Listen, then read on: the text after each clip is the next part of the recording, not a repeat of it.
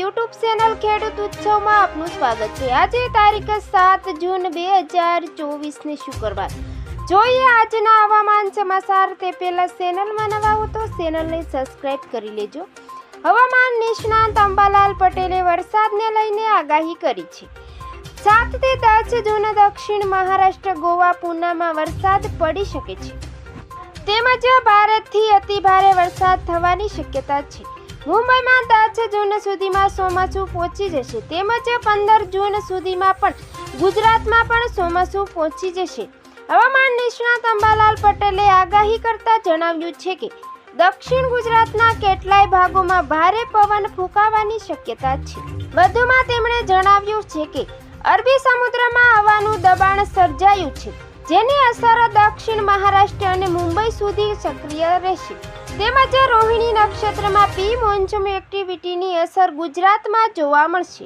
દક્ષિણ ગુજરાતના ભાગોમાં ભારે પવન ફૂંકાશે તેમજ નવસારી, પંચમહાલ, દાહોદના ભાગોમાં આંધી વંટોળ આવવાની શક્યતા છે।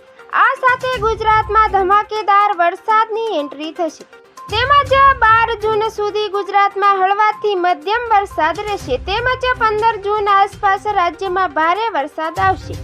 રાજ્યમાં 15 જૂન આસપાસ આહવા, ડાંગ, વલસાડ, ભરૂચ, સુરતના ભાગોમાં વરસાદ આવશે તેમજ જૂનાગઢ, ગીર સોમનાથ, અમરેલી, ભાવનગર સહિત સૌરાષ્ટ્રમાં વરસાદ પડવાની આગાહી કરવામાં આવી છે તેમજ મધ્ય ગુજરાત, કચ્છ અને ઉત્તર ગુજરાતમાં પણ વરસાદ પડશે। ચોમાસું ધીમે ધીમે આગળ વધી રહ્યું છે અને ટૂંક સમયમાં ચોમાસું ગુજરાતમાં એન્ટ્રી કરશે।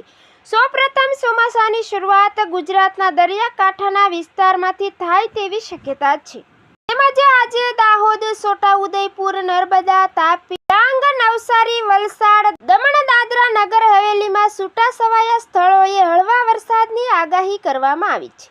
8 તારીખની અપડેટ જોઈએ તો 8 તારીખે દાહોદ, પંચમહાલ, આણંદ, વડોદરા, છોટાઉદેપુર તેમજ નર્મદા, તાપી, ડાંગ, નવસારી, વલસાડ તેમજ દમણ, દાદરા, નગર હવેલી, અમરેલી, ભાવનગર અને ગીર સોમનાથમાં હળવા વરસાદની આગાહી કરવામાં આવી છે તેમજ દરિયાકાંઠાના વિસ્તારોમાં પવન ફૂંકાવાની પણ આગાહી કરવામાં આવી છે।